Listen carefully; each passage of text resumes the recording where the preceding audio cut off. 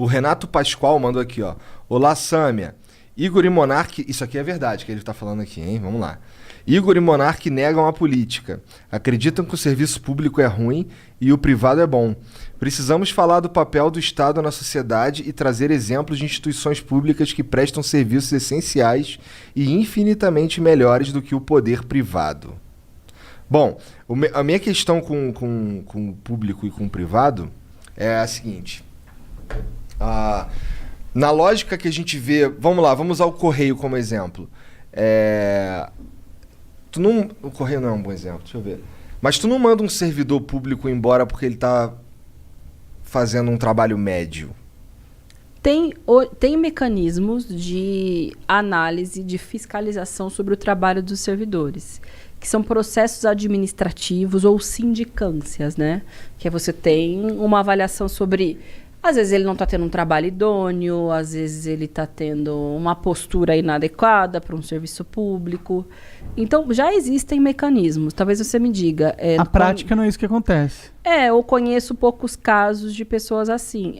Eu conheço algumas pessoas que já sofreram... Por exemplo, eu sou licenciada, mas trabalho na Universidade de São Paulo. Conheço algumas pessoas que passaram por esse processo.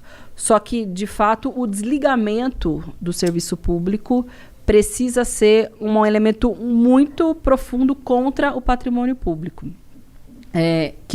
São as regras do jogo para o qual a pessoa foi avaliada, porque ela passou por um concurso, não está ali de gaiata, ela estudou, ela se esforçou, passou por um concurso.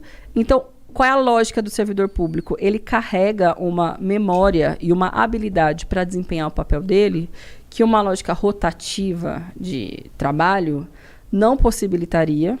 E ele tem responsabilidades com... Estou falando o conceito, né? E ele tem responsabilidades com o Estado, com o poder público, com a população, que também exige que tenha essas condições de estabilidade. Estabilidade, para mim, é isso. Porque se não tem estabilidade... Por exemplo, a pessoa é concursada, ela trabalha ali numa máquina pública.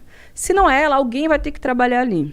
E da forma patrimonialista, como é o Brasil, vai ser o indicado do político. Esse é um problema, sem dúvida. E aí é muito pior, porque daí se ela não fizer o que o cara quer, seja para ele, seja ideologicamente, seja sei lá o que o cara não quiser, ela vai ser mandada embora. Ou o contrário, ou ela foi colocada ali para fazer o que o cara quer. Por isso que eu defendo o serviço público e os servidores públicos. E se não fosse público? E se não fosse público? O Correio, no caso, né? Então, o Correio, tem um cara que chama, que inclusive seria, assim, dando sugestões para vocês trazerem. Galo, não sei se vocês ouviram falar dele já, ele tem um grupo que chama Entregadores Antifascista, que ele é entregador, como muitos jovens são, de iFood, etc., só que ele é um entregador militante de esquerda, e ele traz um debate muito legal sobre o que querem fazer com os Correios. Eles querem transformar numa empresa de entregadores, de entrega como essas empresas... Quer transformar a Amazon, né? Ou numa Amazon, ou mais. Tem como você ir um passo além da precarização do trabalho.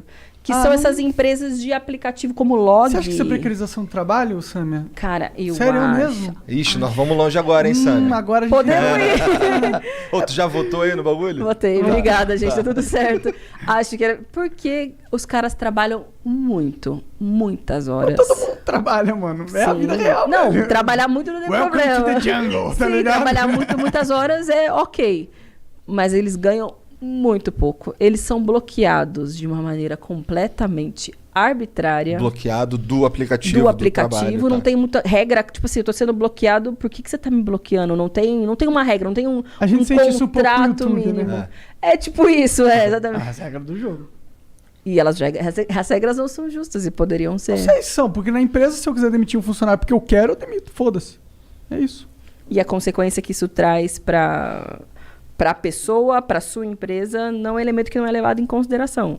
Sobre essa lógica. Não, às vezes, assim, sobre essa lógica, assim, se é qualquer pessoa assim, eu vou querer demitir alguém só se eu tô sentindo que ele vai prejudicar a minha empresa e que ele não faz mais sentido, aí eu vou querer demitir essa pessoa. Ok, mas faz parte de construir uma empresa, ser dono da empresa, você ter o direito de você demitir quem você quiser, porque você não tem como você ser dono de uma empresa e ter ficado justificando todas as suas ações para os seus funcionários, né? Assim que a empresa funciona, não funcionaria. São critérios mais arbitrários que podem ser, inclusive, critérios pessoais. Vou demitir porque eu não vou com a cara da pessoa. Aí eu tenho... Porque eu acho que precisa ter um tipo de regulamentação do mercado de trabalho. Não pode. Se você fizer isso, você mata a empresa. Como que o cara não vai... Tipo, eu quero demitir o cara. Aí o cara fala, você não tá me demitindo porque eu tenho 2 dentes só na cara. Aí fala, não, mas nem é isso, cara. Por racismo, por exemplo. Aí o cara, não pode me demitir. Porque é mulher, porque teve filho, porque as pessoas demitem por isso. Então, e não é justo que elas sejam demitidas por isso. Absolutamente. Porque ele ser negro e tal. Agora, se a mulher, ela teve filho e ela não dá mais pra ela trabalhar lá e o cara quer pagar a saída dele do jeito que ela tem que... É direito dele. É que daí eu vejo... diferente. Eu vejo o emprego como um direito do cidadão. Mas não com aquele cara. É um emprego universalmente, mas não aquele emprego. Aquele emprego não é direito. Tipo, aquele emprego só existe por causa de muitas coisas. Porque o patrão dele acha que ele é necessário, porque a empresa tem uma função social, né? Tem um serviço ali.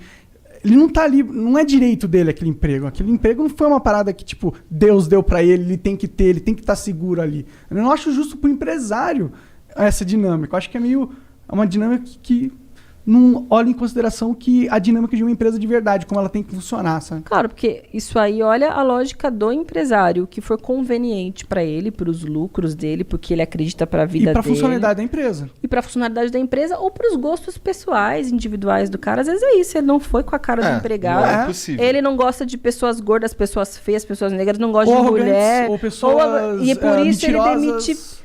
E eu acho que a lógica do trabalho tem que ter alguma regulamentação que não permita esse tipo de... Porque senão as pessoas desajeitadas, os que são chatos, os que são gordos, os que são feios, nunca vão ser empregados. Se for levar ao limite essa tua lógica. Só se você achar que todos os patrões são retardados. Olha... Não é um julgamento moral, como a gente estava dizendo, são elementos políticos que voltam ao lucro, à individualidade. Se todos os patrões... Se um patrão usa essa lógica de, não gostei dessa pessoa porque ela é caolha, ou porque ela é gordinha, só foda-se.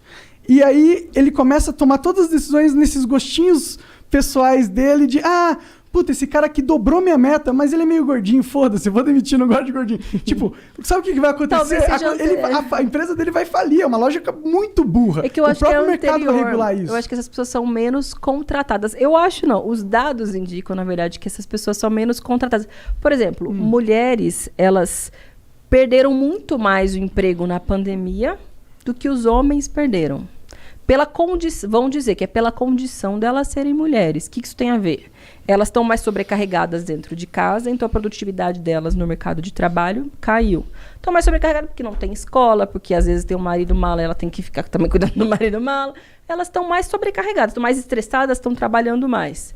Então, não produz tanto, o patrão fala, é essa que vai rodar. Não é o cara que vai rodar. Ela que vai, se eu puder escolher, ela é boa, ela é ótima, ela sempre foi ótima. Mas as condições da pandemia estão fazendo ela não conseguir produzir como ela sempre produziu. Então, ela vai rodar. Outro aspecto que vai fazer a mulher rodar, porque ela tem filho pequeno.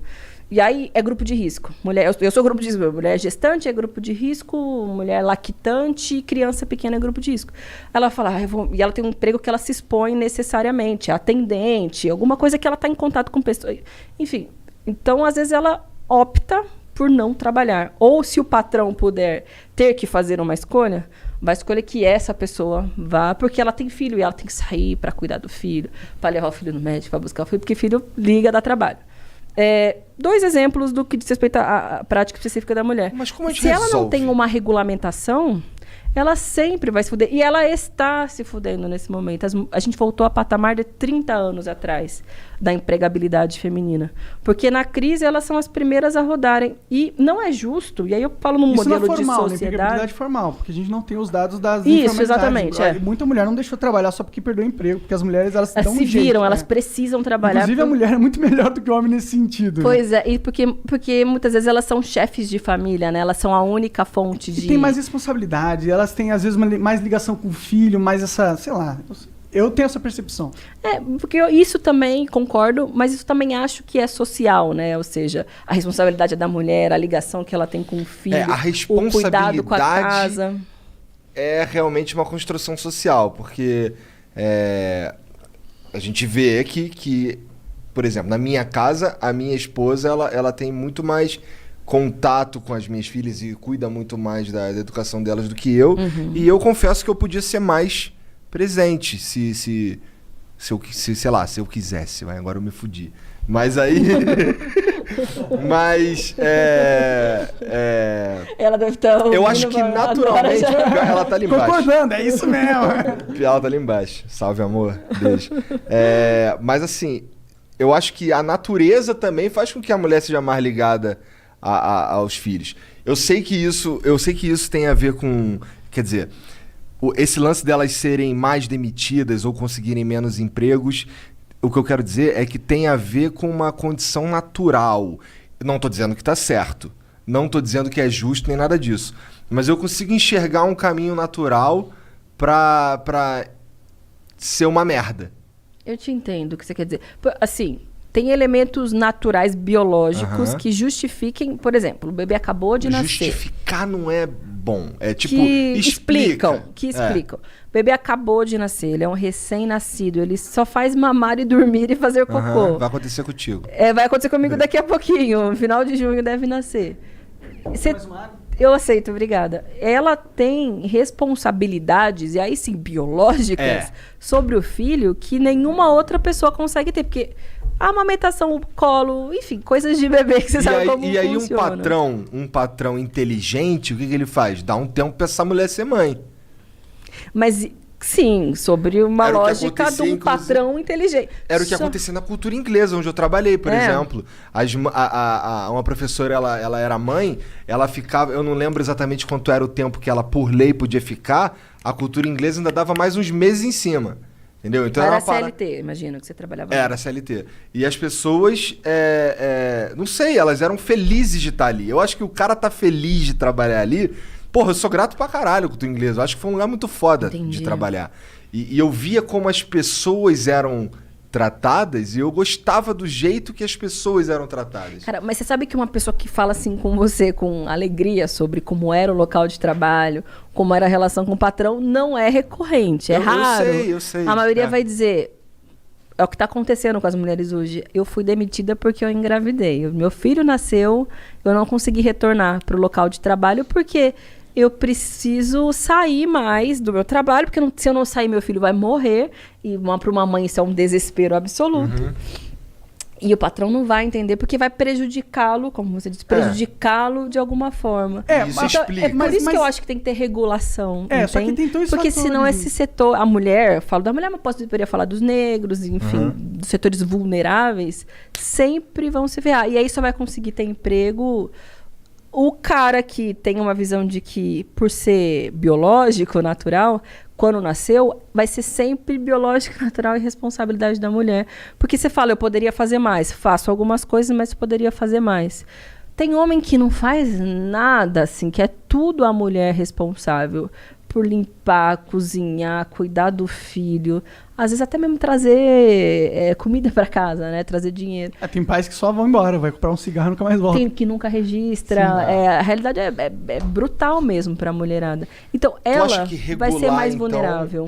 É um caminho. Mas aí como é que a gente obriga? Mas sabe um ponto, ó? A cultura inglesa é uma puta empresa gigantesca. Eles podem se dar ao luxo de fazer isso, até pagar mais tempo para a pessoa. Mas não é necessariamente a mesma condição de todo mundo. Por exemplo, o cara tem uma vendinha de bairro, tá ligado? E aí ele consegue pagar uma funcionária, tá ligado? Que é para cuidar da vendinha lá. Certo. E ele não tem, e aí ele tem o dinheiro que ele paga as contas dele. Tu tá bem, Sam? Que tu tá meio ofegante? Não é normal, tudo bem. Tá bom? Tô obrigada. Tá. E aí ele consegue pagar essa uma funcionária. E aí ela fica grávida. E aí por, sei lá, 4 meses ela não vai poder aparecer lá.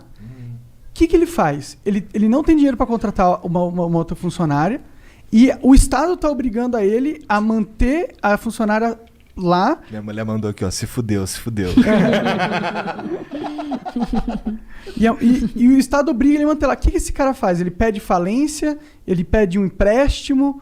É o ônus do... Porque eu concordo que não dá pra você deixar a mulher sendo o elo mais fraco dessa equação porque a natureza deu essas cartas para ela. Eu acho que, como sociedade, a gente tem que justamente entender a natureza é essa, mas nós somos uma sociedade, nós vemos que a natureza é essa e, portanto, temos o dever de fazer algo em relação a essa natureza. É por isso que a gente cria hospitais e colégios e eu concordo. Só que eu não concordo que esse ônus deveria ficar na mão do empresário. Eu acho que deveria ficar na mão do Estado. Entendeu? Já que há o Estado. Já que há o Estado, exato. Cara, mas aí a gente concorda. Eu acho, principalmente se tratando do pequeno empresário, do comerciante, ele no momento de crise ou de problemas financeiros, é o papel do Estado socorrer, porque, principalmente se ele for do setor produtivo, que é mais ou menos o que eu defendo para agora, o que está acontecendo nesse exato momento com o país na crise, uma quebradeira lascada, vários comércios fechando, lanchonete, etc. Empresas de anos falindo. Puta, com aqueles funcionários que estão lá há décadas e o cara quer manter o cara ali, mas ele não está conseguindo. A realidade não permite. É papel do Estado, seja ter um regime fiscal, ou seja, abatimento de imposto, nem que seja momentâneo, criar condições para o cara sobreviver. Linha de crédito, pagar uma parte do salário do seu funcionário e você entra com a outra parte. Isso aí até que a gente conseguiu aprovar, mas foi para um número muito reduzido de funcionários no Brasil. Tem que ter esse papel, porque o cara, às vezes, ali, ele é só vítima de um momento de crise, que as pessoas estão consumindo menos.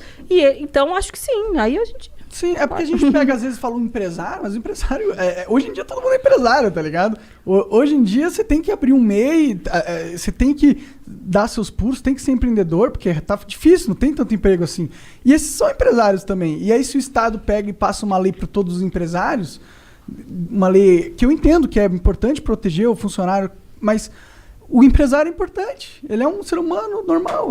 Às vezes ele ganha a mesma coisa que um funcionário, entendeu? Eu não Só que tenho ele tem outra uma função. endemonização. Tem sim, tem não sim. Tem. Tô ligado. do pequeno empresário, do comerciante. Até porque eu acho que são pessoas que estão no setor produtivo, ou seja, elas geram emprego, geram renda, estão ali construindo o seu negócio.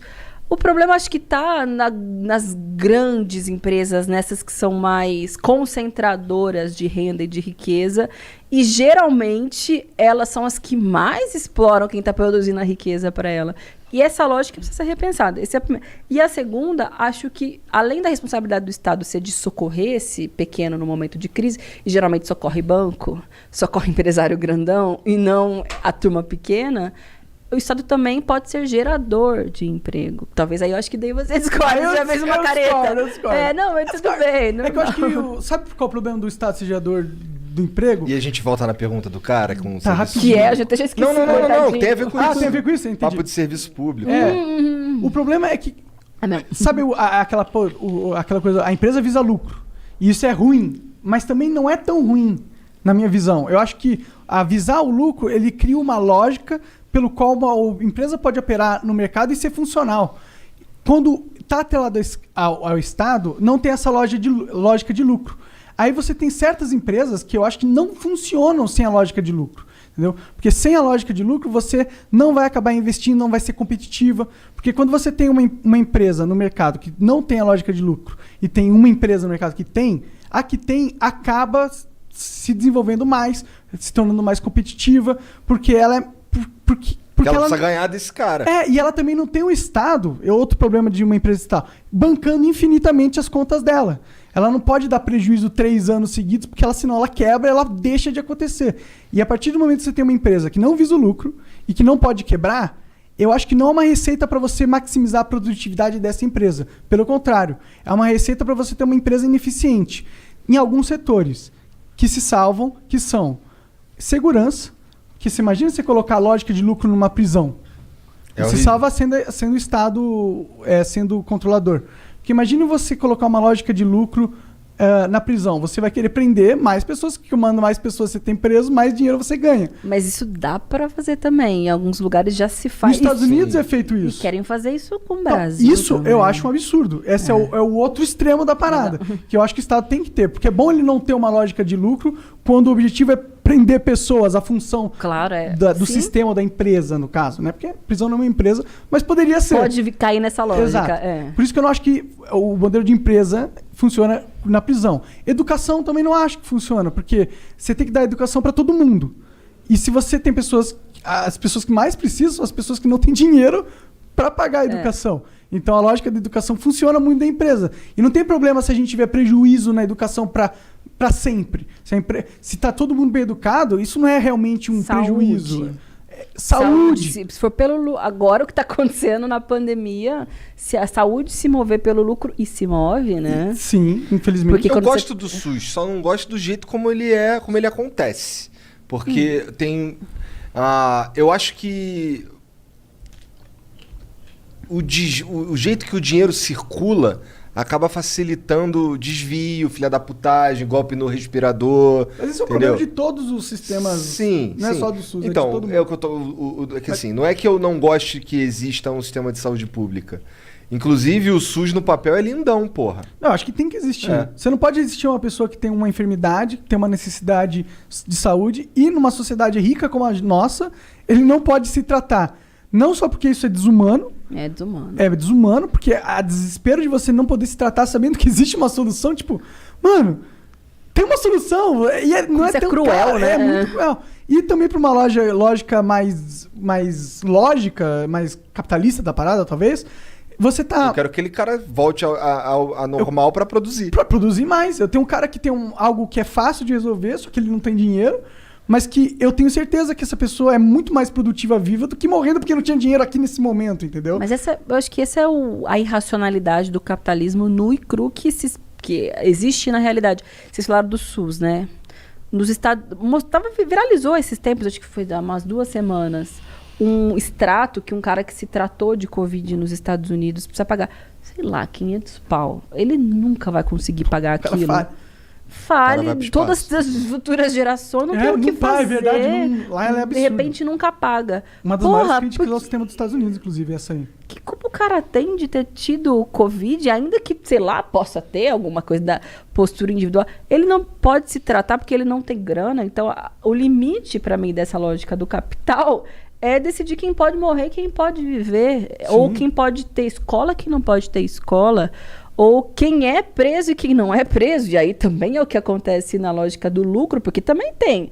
É uma galera que tu tá mesmo que não seja ganhar por preso, né? Que talvez ainda não estejamos nesse nível. Lá nos Estados Unidos eu sei o que acontece. Totalmente isso. Nesse nível. Mas você tá tirando um exército de jovens, em sua maioria negros, porque o Estado botou eles naquela condição. Estado capitalista, da forma como ele se organiza. É que você não não é culpa do capitalismo, Sam. Isso é culpa do sistema carcerário. Certa, porque não sabe o que fazer com eles, porque não quer dar oportunidade para eles e mete no sistema por qualquer besteira, como às vezes um porte de drogas. E é por isso que eu acho que a responsabilidade do Estado, esses direitos que você mencionou, eu concordo. Mas acho que para outros elementos também. Eu vejo o emprego como um direito que... Aí a gente já... Sim. Não, Sâmia, volta pro meu lado, Sâmia. Bom, e aqui o Renato ele fala que existem serviços públicos que são infinitamente melhores que o privado. Eu não consigo pensar em nenhum. Que públicos são prisão... Não. Serviços que tem um público e um privado e o público é melhor. Não tem. Não tem. Porque a lógica de lucro vai sempre atropelar, né? Vai maximizar a eficiência, né? Acho que enquanto existe também a precarizar... Porque precarizar o serviço público também é um projeto, eu acho. Ou seja, você não investe na saúde, porque daí as pessoas... Vai começar a ser ineficiente, porque sem dinheiro você contrata pouco... médico, enfermeiro, tem menos maca, porra. Tem dinheiro pra caralho, tem menos leito. Dinheiro tem. Aí com isso você cria a justificativa para passar para a mão de uma empresa privada. Mas então, o sucateamento que você fala, a gente fala, a precarização, também é proposital. Você escolher para onde você... Porque, isso aqui virou um setor lucrativo, vou botar a vender. Aconteceu recentemente, teve uma medida provisória que se transformou em lei depois, de privatização da gestão e da distribuição da água nos municípios. Porque tem muito lugar que é empresa pública... Enfim, ou é parceria, é gestão mista. E aí, na verdade, é de facilitação da privatização da água. não fazem por outro motivo, senão porque é lucrativo para poucas pessoas. Aí você vai ver quem foi o senador que relatou o projeto. A gente chama ele de senador Coca-Cola, que é um cara que é dono, é um dos donos da Coca-Cola Company, que, claro, tem muito interesse em, acredito já tem eu, infraestrutura, já tem. Ele entra no mercado amanhã. E vai ganhar muito dinheiro com aquilo, no final das contas. E tá falando da água, que é um direito humano que deveria ser que se não for, as pessoas simplesmente vão morrer, precisam de água. E isso está sendo mercantilizado. E para mim, o capitalismo, ele precisa transformar tudo em mercadoria para que ele exista. Então, o limite, mas só para alguns casos. O capitalismo não funciona assim. Ele precisa que tudo vire mercadoria porque tudo vira nicho mercadológico e lucrativo. É os filhos da puta, empresário, filho da puta que compram os deputados, né? Não você, no caso, não tô falando isso, mas os outros deputados. Mas você concorda que organiza isso. Você concorda que o Correio é uma merda? Não concordo que Correio Então é uma você nunca pediu nada pelo Correio. Já pedi muitas coisas pelo Correio. Então você tá mentindo pra mim agora. Cara, os Correios, eles atendem lugares que nenhuma empresa... Por exemplo... São os únicos que podem, porra. Eleição. Tô falando pra acabar com o Correio. Urna eletrônica. Se não tivesse Correio... Não é lucrativo. Os caras não teriam, sei lá, direito a participar. Estou falando de um processo mínimo, que os Correios, eles estão em todas as cidades, municípios brasileiros. Tem muitas cidades que tem como referência, assim, de serviços públicos de atendimento, uma loja de Correios. O trabalhador, o carteiro, o carinha que trabalha no Correio, ele é um elemento... Se for privatizado também. Não necessariamente. Essa galera pode ser mandada embora com regime de demissão voluntária. E aí, o cara que às vezes até é um elemento de confiança no bairro, de relação com, sei lá, com a comunidade, é mandado embora. Não tem como... Provavelmente com condições muito inferiores de renda, com certeza, jornada de trabalho. É impossível o mercado prover. Cara, não é mamata. Um carteiro não tem mamata. O cara fica debaixo do sol o dia inteiro levando... Servidor público tem mamata, sim. Muito. Imagina, 60% dos servidores públicos... Só o fato de você não poder ser demitido é uma puta mamata. 3 salários mínimos, isso não é mamata. Servidor tem mamata. Muitas mamatas. Servidor público tem muitas mamatas. Tem uma pequena servidor público é o melhor tipo de emprego que tem hoje em dia. Senão todo mundo não ia querer fazer concurso. Abre um concurso, por que é difícil pra caralho? Porque tem gente pra caralho, por que tem gente pra caralho? Porque é muito bom. É muito bom. É muito bom ser servidor público. Mas aí é achar que todo servidor público tem mamata, marajá. Não. Eu tô por exemplo... Professor aqui de São Paulo ganha 2.500 quando tá já num tempo de... Para enfrentar uma sala de aula de uma molecada que queria estar em qualquer lugar na vida delas, menos ali uma jornada extenuante, e o cara precisou estudar, porque ele tem responsabilidade sobre o futuro daquelas pessoas. Não, mas isso é porque isso não é... Isso tem a ver com eu sei o valor que a sociedade dá pro professor. O único ponto que eu tô falando existe uma lógica do mercado privado e existe a lógica do mercado público. Não é nenhum mercado do sistema público. A lógica do sistema público possui muitos benefícios que a lógica do sistema privado não possui. Né? Isso aí é só isso que eu estou dizendo. Eu acho que pode ter, em alguns casos específicos, muita desigualdade. Então, por exemplo, gente da casta do judiciário, que aí tem auxílio disso, tem auxílio daquilo, tem um salário alto. Essas desigualdades podem ser corrigidas, entendeu? Mas quando você fala que o funcionalismo público só tem mamata e que os caras são privilegiados, cara, não é verdade. Só tem, não foi aí, isso que eu quis por dizer. exemplo, você vê, sei lá, os coveiros, que são que trabalham na rede funerária de São Paulo. Os caras ganham, sei lá, R$1.000, R$1.200, com trabalho duro, que agora estão trabalhando, infelizmente, ainda muito mais, se expondo à Covid, a tudo. O cara é um funcionário público, o professor é funcionário público, a enfermeira que está ali combatendo a Covid-19, morrendo uma a cada 19 horas no Brasil, é também funcionária pública do hospital público. O cara que está limpando a rua é funcionário público. Então, não é verdade. O funcionário público é um trabalhador que tem jornada de trabalho de 8 horas, que tem um salário baixo, em sua maioria, que sustenta a sua família dignamente e que presta um trabalho para a população. Claro, é muito importante o papel de vários funcionários públicos, caralho. Mas não dá para negar que o sistema público hoje em dia, ele tem uma lógica que é irreal, assim, sabe? Ele proporciona benefícios que só não fazem sentido até pro próprio sistema público. Causam distorções no funcionamento, causam ineficiências. E a gente não tá falando não estamos falando do cara que é a base. Estamos falando do cara que tá nessas castas. Mas sabe? mesmo a base tem um pouco de benefícios que não se vê no mercado privado. Isso para mim é um fato, assim, sabe? E eu entendo que se o carteiro... Foi por isso que a gente chegou nesse ponto aqui. É verdade. E eu entendo que se o carteiro entrar no sistema privado, ele não for mais... Ele vai perder esses benefícios. E eu imagino que eles... Eu gostaria também desses benefícios. E eu imagino que por isso é pior. E é claro que eu acho que qualquer funcionário que tinha uma função pública e agora tem a mesma função, só que no privado, ele vai preferir a função no público. Eu acho que é isso.